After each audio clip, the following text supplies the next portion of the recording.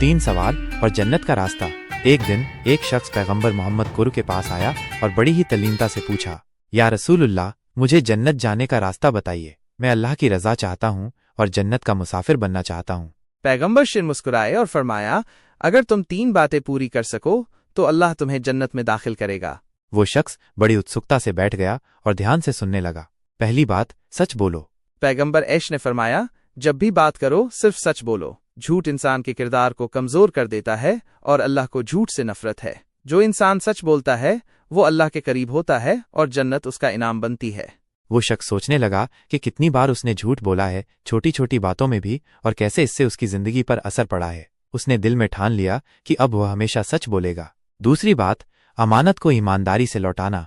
पैगंबर ऐश ने फरमाया, अगर तुम्हारे पास किसी की अमानत रखी जाए तो उसे सही सलामत लौटा दो। अमानत में खयानत करने वाला शख्स कभी जन्नत का हकदार नहीं बन सकता।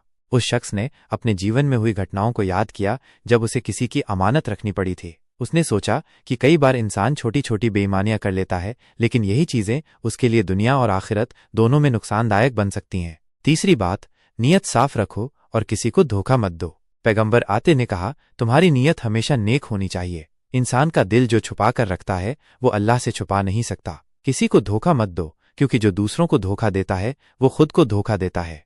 उस शख्स की आंखों में आंसू आ गए। उसने महसूस किया कि इस दुनिया में लोग अपने फायदे के लिए एक दूसरे को धोखा देते हैं, लेकिन असल कामयाबी नेकदिली और सच्चाई में ही है। वो शख्स रोते हुए बोला, या रसूलुल्लाह, ये तो बहुत आसान बातें हैं। पैगंबर मुस्कुराए और फरमाया, लेकिन इन पर अमल करना ही असली परीक्षा है। जो इंसान इन 3 बातों पर अमल करेगा अल्लाह उसे जन्नत में दाखिल करेगा।